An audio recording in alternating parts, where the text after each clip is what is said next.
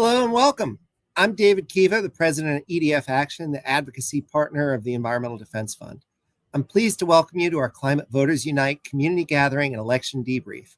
In our time together, we'll look back at our work this year to elect climate champions, try to make some sense of what just happened, and look at what's next for climate action. I'm so excited that we're joined by climate community leader Adam Met and by United States Senator Jackie Rosen from Nevada. We're streaming live on all of EDF Action's social media channels on YouTube, Instagram, Facebook, and Twitter. No matter how you're joining, please take a moment to let us know in the comments where you are. It's so good to see so many people from all across the country joining us. I saw someone from Alaska, someone from Idaho, folks nearer to me in Bethesda, Maryland, some folks who've talked about the real world impacts of the climate crisis in Asheville, North Carolina. No matter where you're joining us from, welcome, and we're really, really glad that you're here. This year, EDF Action members volunteered more than ever before to help climate champion candidates reach the voters they need to reach. I was thrilled to knock some doors on a sunny September afternoon in Michigan for Senator-elect Alyssa Slotkin and other folks. And I'm pleased now to introduce my partner in crime that day for going out and doing some door knocking. You may know Adam Met as one of the leaders of the multi-platinum band AJR.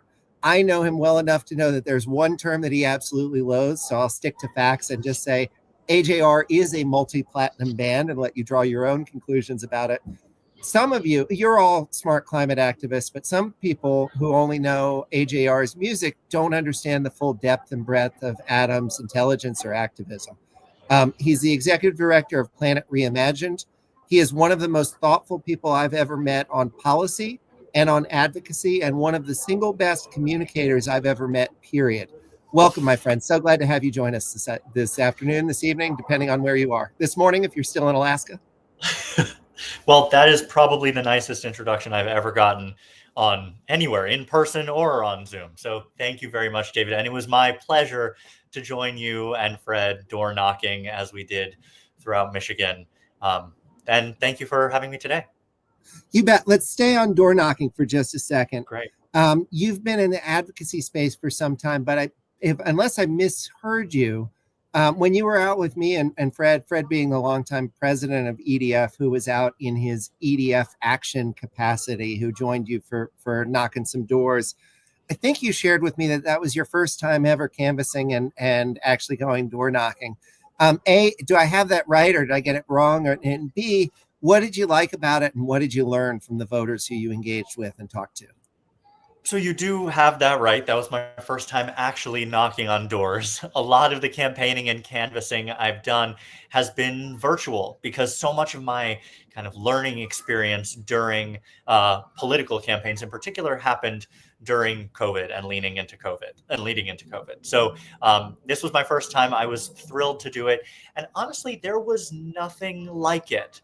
Before I did it, I didn't even know how to describe it, but actually having that face-to-face connection with people, hearing from them what they cared about in the election, hearing the amount of rejection there was, hearing the number of people who didn't even want to answer their doors, all of it was illuminating. Even if some of it was a little bit depressing, there was enough positivity to outweigh the depression. So I'm glad I did it. And honestly, I would do it again for the midterms, for any primaries. I will be out there door knocking. Terrific. Well, thank you. I know lots of people, me included, had a deep emotional investment in the presidential election and are really feeling disheartened in this moment by the prospect of the return of Donald Trump as president. I know you're feeling this way too, but why should people feel like their voices matter in this moment? There are so many reasons why this election was actually really positive. And the first thing I want to say is that this election is not just about the presidency. And I know I'm sure a lot of you are already thinking about this, but during the last President Trump term, one of the things that we saw was states and local communities and companies step up on climate on a way that we never had before. Yes, we are going to see some federal rollbacks of climate policies during the Trump administration. But this gives a huge opportunity for local. And what I mean by that is so many of the best solutions to the climate problems around the world happen at the local level because they understand what people need. Whether we're talking about approaches to water or infrastructure or things like environmental justice, these local communities are the people who know how to solve those problems. This is now the optimal time for them to step up because the federal government will be doing less. And we saw this happen in propositions across the country that were on the ballot in places like Washington State, in California, in Colorado. You even saw it with things outside climate where all of these abortion measures were passed. People were stepping up at the local level to make sure policies were reflecting the things that they wanted. So while there is disappointment in the presidency, I think there is a lot of potential for state and local and corporate action on climate. Outstanding. In just a couple minutes, we'll be joined by Senator Jackie Rosen from Nevada. I'm so excited to see what she does over the next 6 years in the U.S. Senate, because throughout her time, first in Congress and then her first term in the Senate, she has been such a climate champion for us. Adam, why is climate advocacy specifically so important?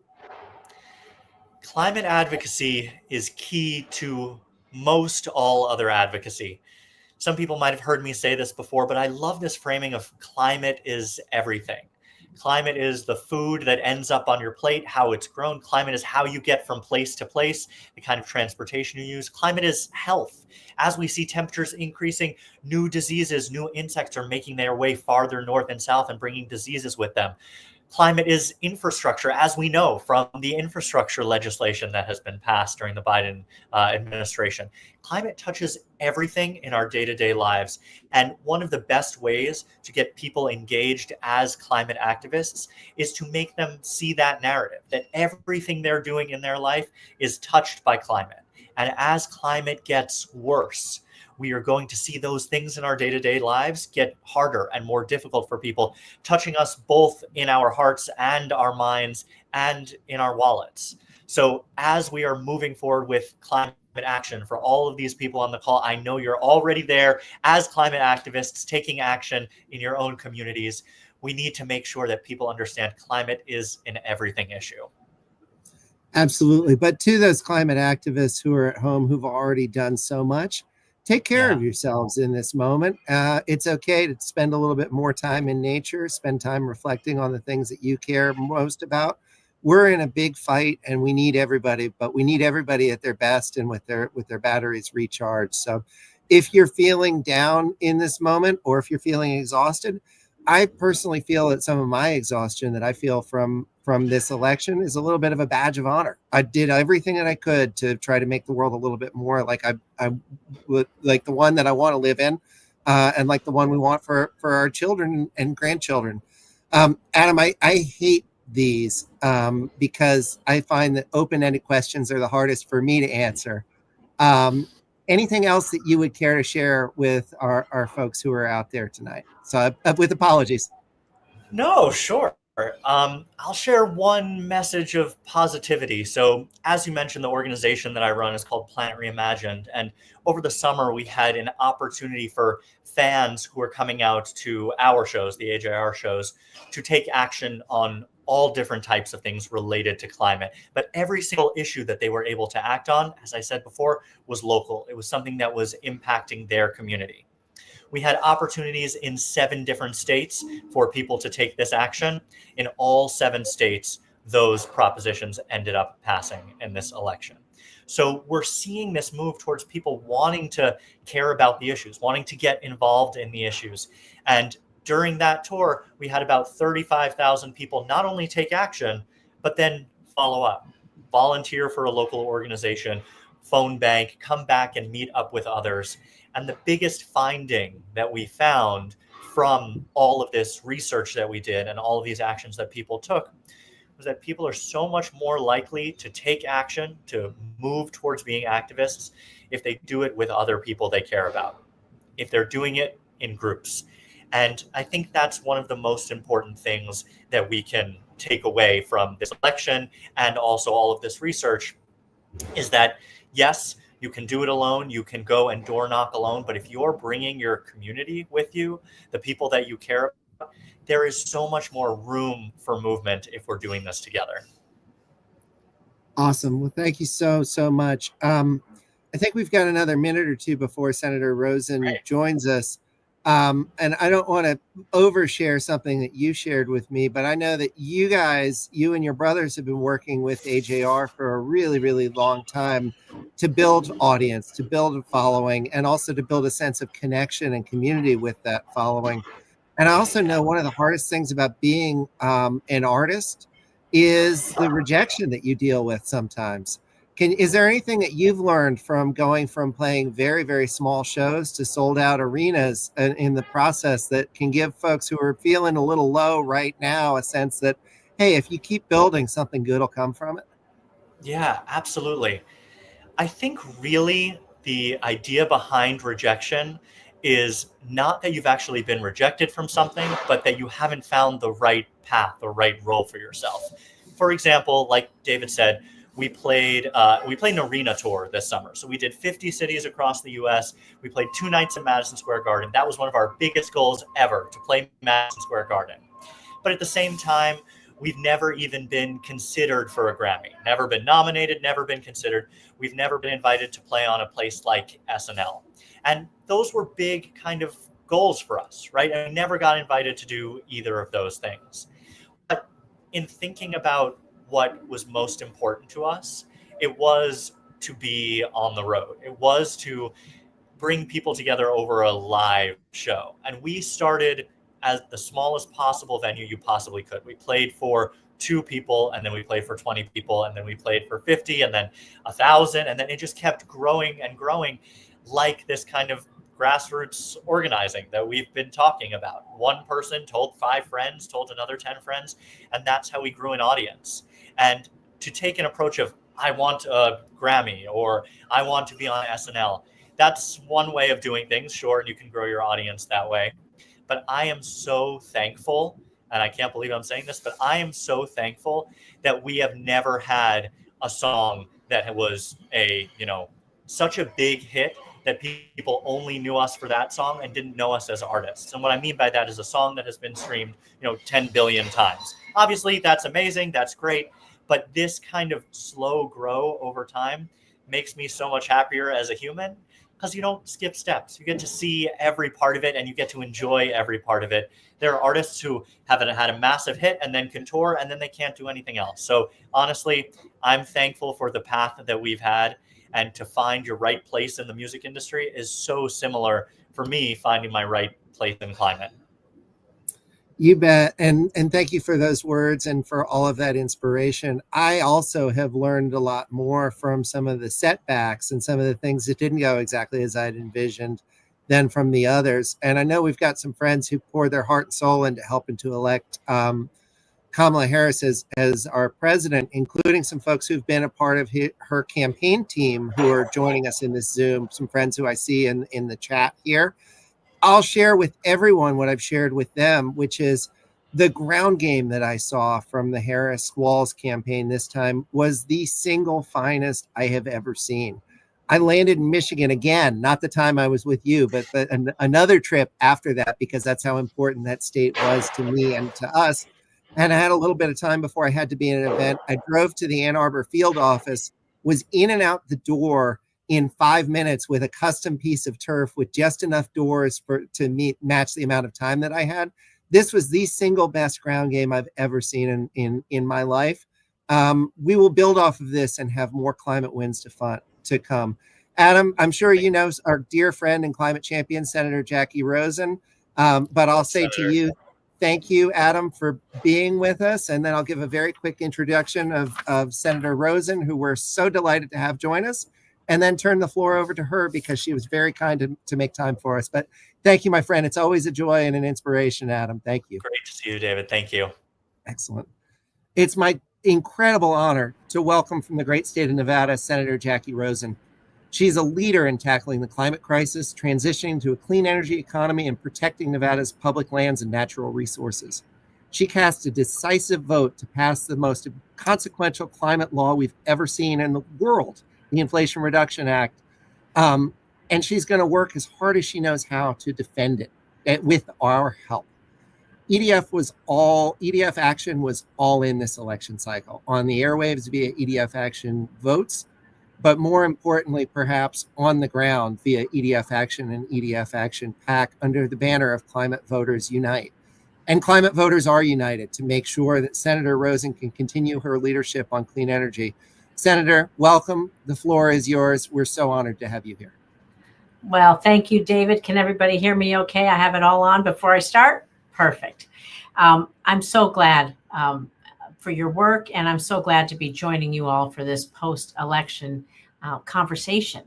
And I do want to start by giving a big heartfelt thank you, a big hug to everyone on this call and the entire EDF Action community for everything you did to support my reelection.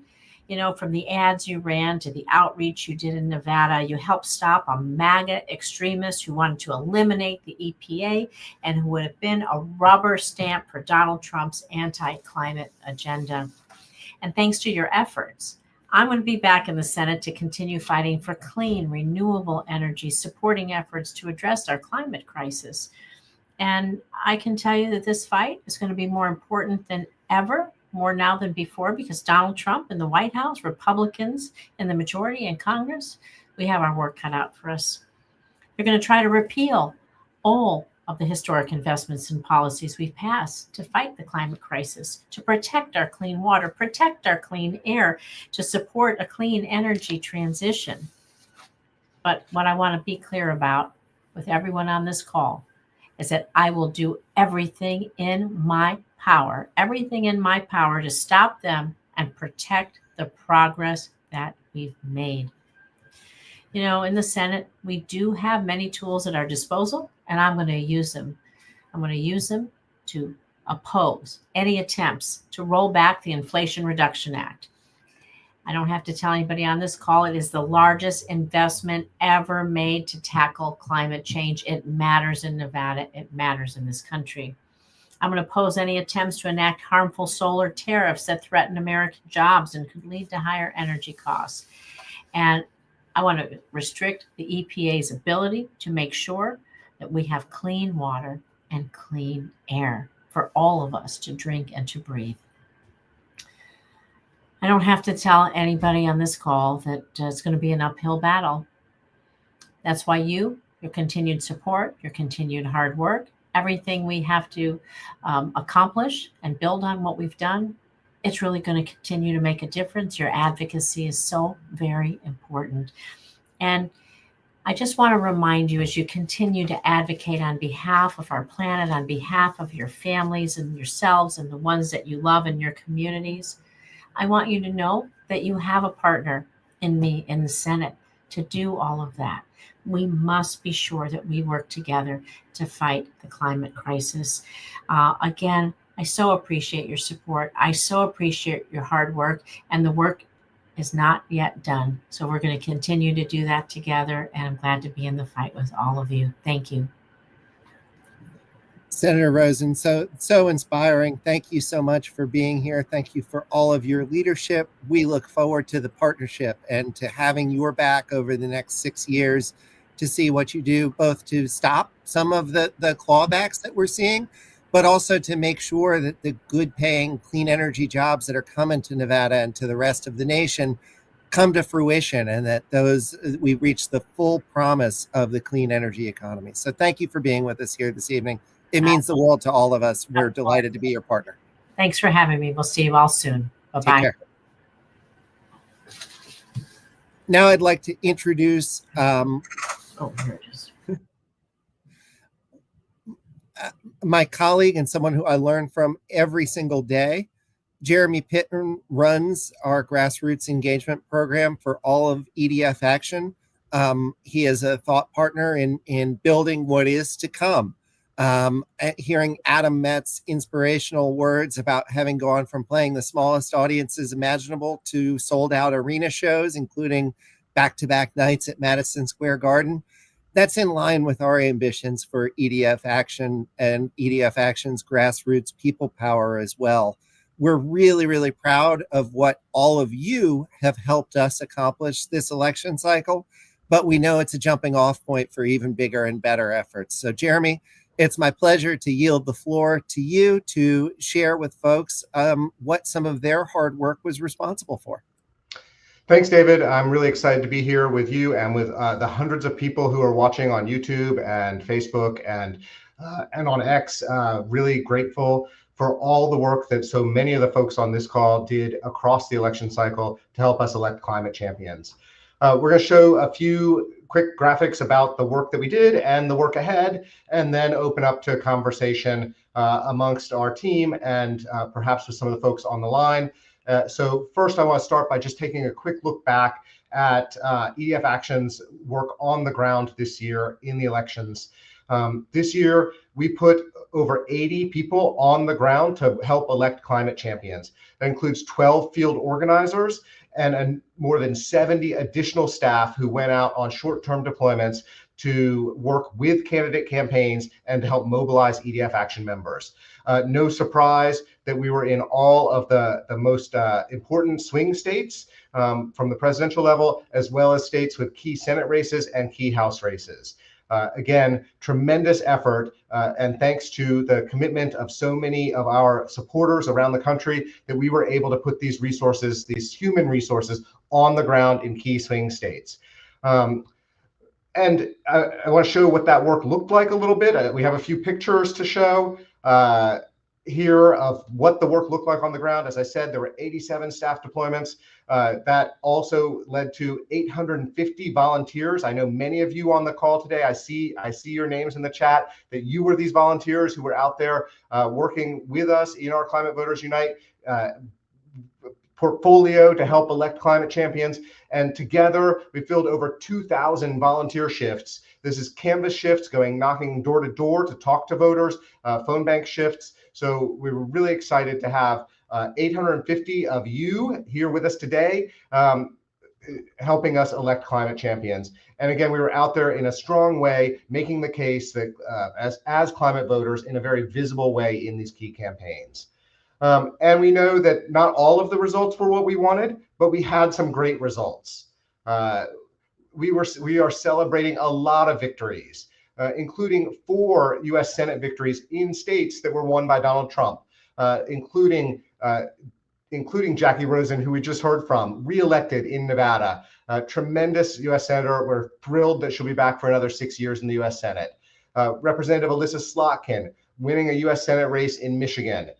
Senator Tammy Baldwin winning re-election in Wisconsin, and Representative Ruben Gallego winning the Senate election in Arizona. So 4 tremendous champions who will be joining us in the U.S. Senate for the next 6 years.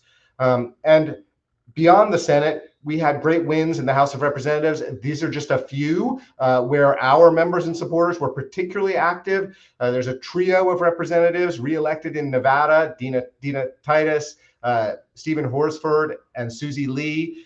We have great Representative Gabe Vasquez in New Mexico being reelected. A couple of new members of Congress from California, George Whitesides and Dave Min, Maggie Goodlander in New Hampshire. And again, these are just a few of the great representatives being reelected or newly elected who will be strong voices for climate in the U.S. House of Representatives. And then, as Adam mentioned earlier, there was also progress in the states. We were particularly excited to work with North Carolina Attorney General Josh Stein on his gubernatorial election and to see him elected as governor of North Carolina. So we'll continue to have progress in North Carolina. And then, just as Adam mentioned, there were a lot of great climate-focused or environmental-focused ballot measures around the country, including a big win to defeat a measure in Washington State, where Washington voters were able to protect the cap and invest carbon market there. So really great result in Washington State. And in California, where voters approved a bond measure for environmental and clean energy projects. So a lot of great work in the states happening, and we expect to see more there going forward. Now, as we look ahead, I think that we are facing a very challenging post-election landscape. This will come as no surprise to anybody on this call. In the White House, we have Donald Trump, and we know what he's promised, and we'll look at some of that in just a moment. In Congress, these two bars you'll see representing the makeup of the U.S. Senate and the U.S. House of Representatives. Both will be under, will have Republican majorities, very narrow Republican majorities, but that means Republican leadership, and that means that that folks who are not our friends on climate will be controlling the agenda in terms of what bills get heard, what bills get advanced, and so we'll have our work cut out for us in Congress. And then, of course, on the Supreme Court, we know that the Supreme Court has a conservative majority at this point, an a majority that is that has been pushing back against government power, against federal government power, and so we'll expect to see continued challenges there across all three branches of government, in the executive, legislative, and judicial branch. When we think about what some of the things that Donald Trump has promised, we're starting to see it play out with potentially antagonistic nominees for key cabinet positions and executive branch positions, starting with Matt Gaetz, the likely President Trump's planned nominee for Attorney General to head the Justice Department. This would be our top law enforcement official. And here's somebody who has, when he was in Congress, one of the first things that he did was introduce a bill to eliminate the Environmental Protection Agency.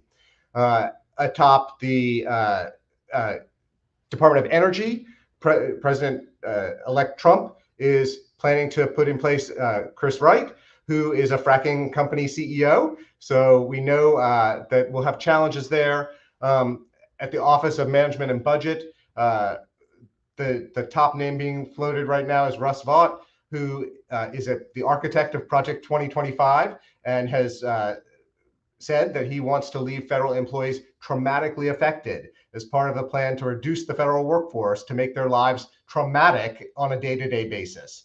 And then at EPA, Lee Zeldin, former congressman, who in his campaigns for Congress and when he ran for governor of New York, received more than $400,000 from the oil and gas industry in election campaign donations.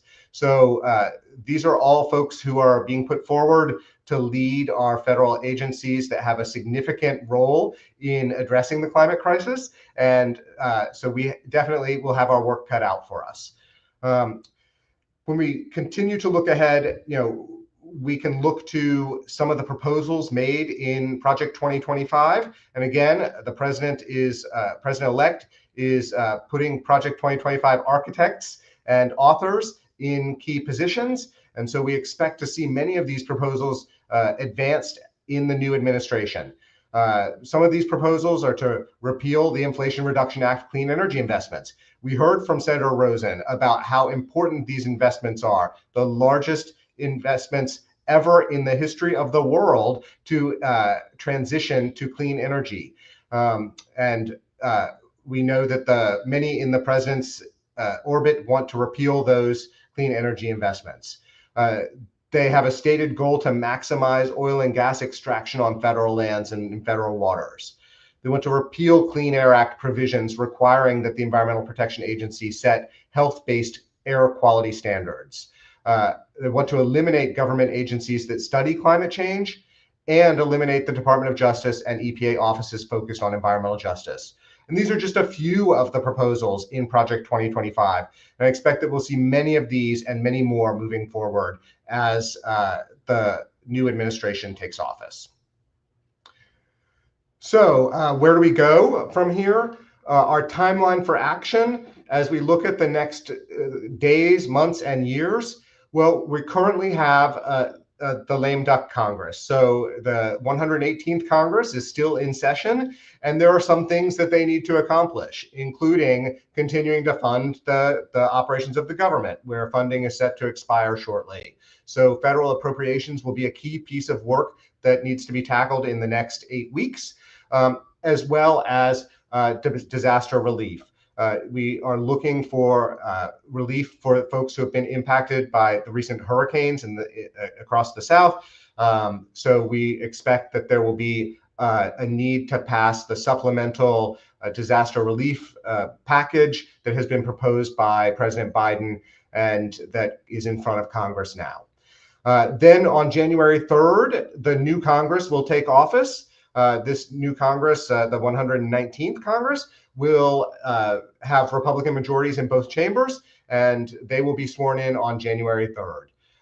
President Trump will be inaugurated on January 20th, and then, and even before then, the new Congress will begin hearings on his appointments, on the cabinet appointments. In the first 100 days, this is often used as a measure of when a new president can get the most things done. The first 100 days will be a key measure, and the incoming Trump administration will try to do a lot in these first 100 days, including through executive orders that we expect to see some on the first day and some in following days, including withdrawal from the Paris Climate Accords again. In addition, we expect that in the first 100 days, the administration and and Congress, the new congressional majorities, will work towards a budget and tax proposal that will be not favorable on many of the issues that we care about, and where we expect that they will definitely consider and may try to repeal many of the clean energy incentives that are that were included in the Inflation Reduction Act. So that will be the first 100 days, a lot of activity that we expect to see. And then, continued work in Congress as we head towards the 2025 elections. And there will be a lot of things on the ballot in 2025. A few states will be voting on governors and legislative seats, including Virginia and New Jersey. And these off-year elections often set the tone for the year to come. It is a key bellwether, especially Virginia is seen as a key bellwether for how things are going to go for the coming years and for the midterm elections. So we will see in the 2025 elections a lot of opportunity to support climate champions in gubernatorial elections and state legislative elections in Virginia, New Jersey, and in local elections around the country. And then we continue in Congress and head towards the all important 2026 midterm elections. And this is the question, how active can we be to get the work done to reinstate some checks and balances in Washington. So it is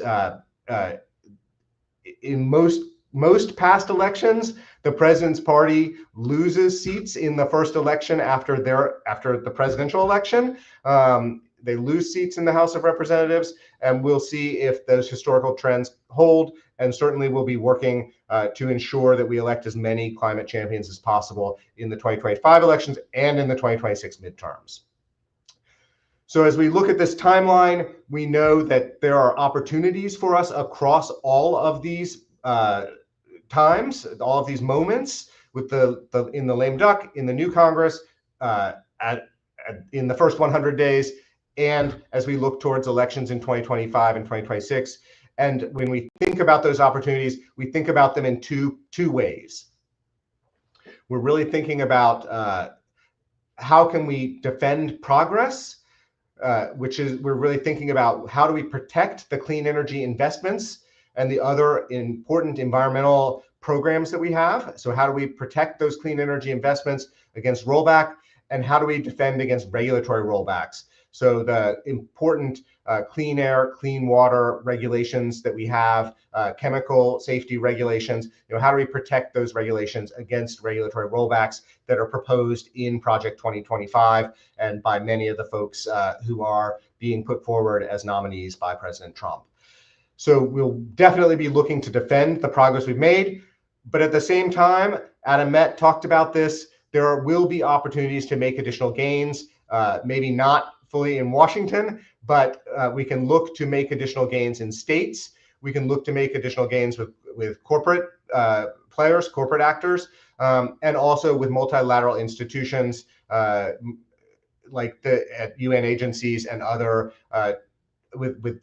in other multinational multilateral institutions. So defending progress and making additional gains, this is what we're all about. And we're going to move to that conversation now. What does defending progress look like? And what does making additional gains look like? So I'd like to welcome back to the conversation EDF Action President David Kieve. And and my colleague, our Senior Director of Campaigns and Partnerships, Reggie Peros. So David, Reggie, let's talk about it. Defending progress and making additional gains. How do you see that? What are the opportunities, and what are we going to need people on this call and others to do if we're going to be successful in those efforts? You bet. And welcome, Reggie. And thank you, Jeremy. That was a really insightful presentation. Lots of really good information for folks, lots of easily digestible stats and facts and figures about what we can do. But by far, my favorite part of the presentation was the pictures of everybody out in the field, loud and proud in their Climate Voters Unite gear with some of the climate champions we were working to elect. That lifted my spirits at times when I was tired ahead of the election. It lifts my spirits afterwards, and hard work is good work. I'm incredibly proud of all that so many people who are here with us this evening have given. I want to talk a little bit about what comes next, but we also have to address the elephant in the room. What has happened in this recent election, and then with a real assessment of that, we can figure out where we go from here. The countless hours of time that our staff, volunteers, and just grassroots members gave to elect climate champions represent the biggest grassroots engagement that we've ever had in the history of EDF Action or EDF Action PAC. We're going to need that people power to speak up, not just for our policy priorities, but for our values. Before I came to EDF Action nearly 3 years ago, I'm proud to have served in President Biden's administration and on his campaign. I know how significant the climate investments and climate wins we worked together to achieve were. These are well worth fighting to protect. What happened in the election? I've spent a lot of time wondering. I don't have all of the answers, and my thoughts and theories on it aren't necessarily better than anybody else's, but I have spent a long time working on this sort of stuff. Where I've landed is that this came down to a referendum on the economy and on costs in particular. EDF Action Votes put a lot of resources behind a big national closing ad in Spanish called Futuro Más Económico, a more affordable future. I think we were aimed at the right target audience, and we had the right message. I think one of the reasons why we came up short in the presidential race was because people perceive their present as being unaffordable. And a more affordable future feels a little disconnected from folks' immediate lives. We also need to understand some of the linear nature of how good policies work. First, you get the good policies in place. Then they attract private investments. With those private investments, I think we've all seen like the giant check pictures and ribbon cuttings and that sort of thing. The companies that make those investments include a job estimate. But those actual jobs, those take some time to arrive. They're coming. EDF's research shows that we've had over $200 billion invested just in electric vehicles in this country and in the batteries that will power them. And that those are going to create over 200,000 good paying jobs. The work that we all do to lift up real people's stories and faces in key places, the folks who are already in those jobs, will help to protect the jobs that are going to come. If your theory, as mine is that all elections ultimately come down to a referendum on the economy, the ground that we have to fight on is not just on you should make good choices because it's better for the planet. We need to fight around the idea the choices that we're going to make are going to benefit our economy by creating good paying jobs in clean energy and lowering costs for real people. Fortunately, we've got the facts on our side. There's a lot of cynicism in our politics. One of the things that I like, a message that I've heard my colleagues at EDF use, is that we are not deterred, we're determined. I know the power of this group. I know the power of our collective and individual voices. We've got to raise them in at least 3 key areas. One is personnel. Some of the nominations who President Trump is putting forward are extreme. I don't believe that Matt Gaetz will be Attorney General of the United States. The thought of him being Attorney General makes me absolutely shudder. We've raised our voice as EDF and EDF Action. we're going to raise our voices collectively to say that he is unacceptable and unqualified. Unfortunately, he won't be alone. There have been news reports today and yesterday that someone who you may not have heard of named Russ Vaught is very likely to be asked to serve as director of the Office of Management and Budget. Let me read you something that was recently unearthed from a private speech that Vaught gave recently. We want the bureaucrats to be traumatically affected. When they wake up in the morning, we want them to not want to go to work because they are increasingly viewed as the villains. We want their funding to be shut down so that the EPA, the Environmental Protection Agency, can't do all of the rules against our energy industry because they have no bandwidth financially to do so. We want to put them in trauma. He's talking about career civil servants, about scientists, about policy experts, about people who go to work every day because they want to make sure that we have clean air to breathe and clean water to drink. I feel a moral obligation to stand up for those people, to raise my voice, and to say that people like Russ Vaught have no business being confirmed by the United States Senate. There's also a political price for President Trump to pay by appointing people like Vaught. Vaught was a principal architect of Project 2025, which is disastrously unpopular, as it should be, with the American people. Trump and his folks have said that nobody who had anything to do with Project 2025 would have anything to do with his administration.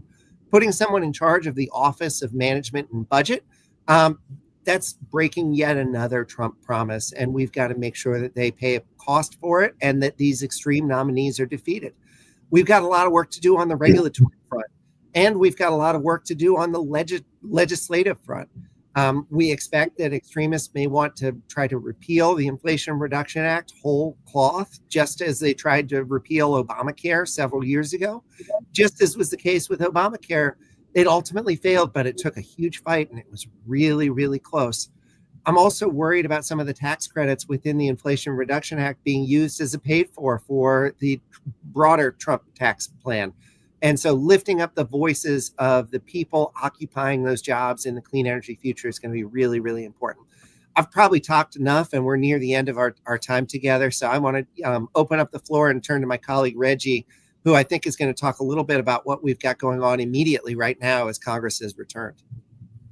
Yeah, thank you, David. And I couldn't agree more with some of the things that you've said about what's to come from the Trump administration and the new Congress that starts in January. But like Jeremy mentioned earlier, Congress still has a job to do before they go home for the holidays at the end of December. And we are pushing 3 key things that we really need your help on. First, Congress needs to fully fund the government for the next year. As of right now, Congress has continued to kick the can down the road in terms of actually providing certainty and funding for these federal agencies that are so essential to protecting our clean air, our clean water, and helping to fight the climate crisis. So we really need Congress to step up and pass full year funding bills that provide federal agencies the certainty that they need in order to do their jobs effectively. Second, we are calling on Congress to immediately pass a disaster supplemental bill and deliver to the American people what they need.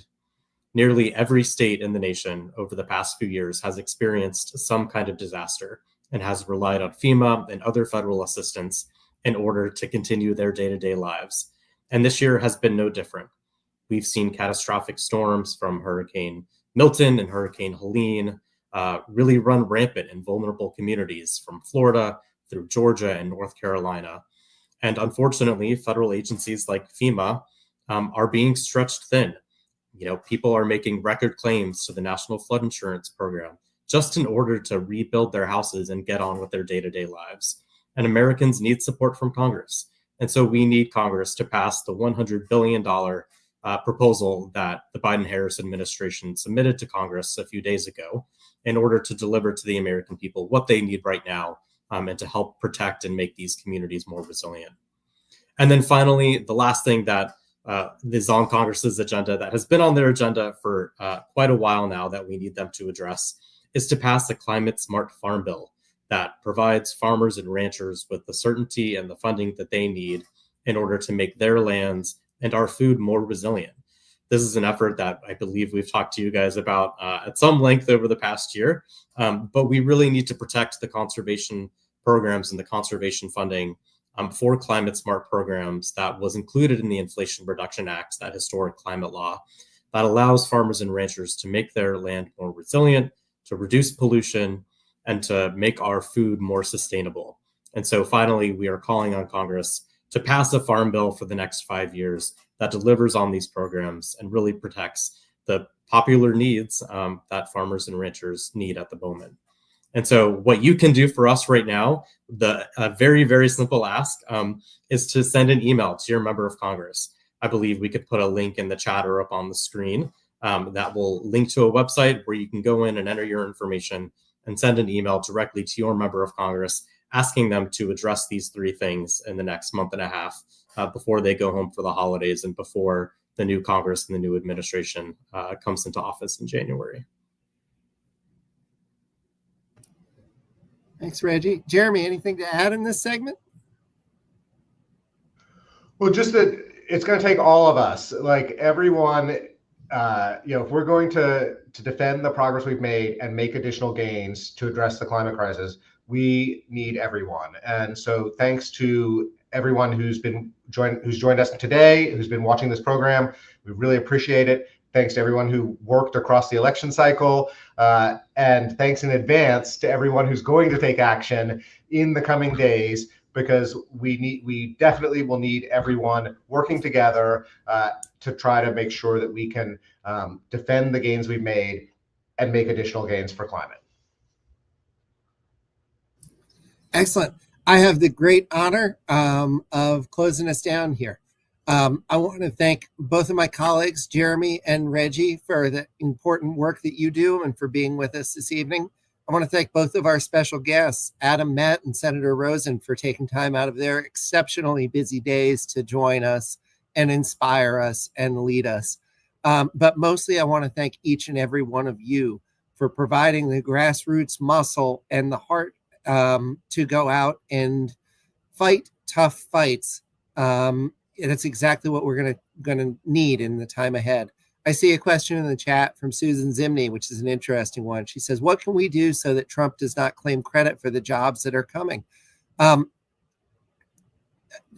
want to be respectful, but Susan, I'm worried about doing everything that I can and we can to protect those jobs, to make sure that they come. That's really what's at stake. And that's my first level concern. Figuring out after the fact who gets credit if we can protect them is going to be something for down the road. But all of those jobs, all of this progress is at stake. We're going to need you all in this fight alongside of us in order to protect it. So thank you. Rest up, but plan for a big fight to come. I couldn't be more excited to have people like our EDF Action family to fight alongside. Take care.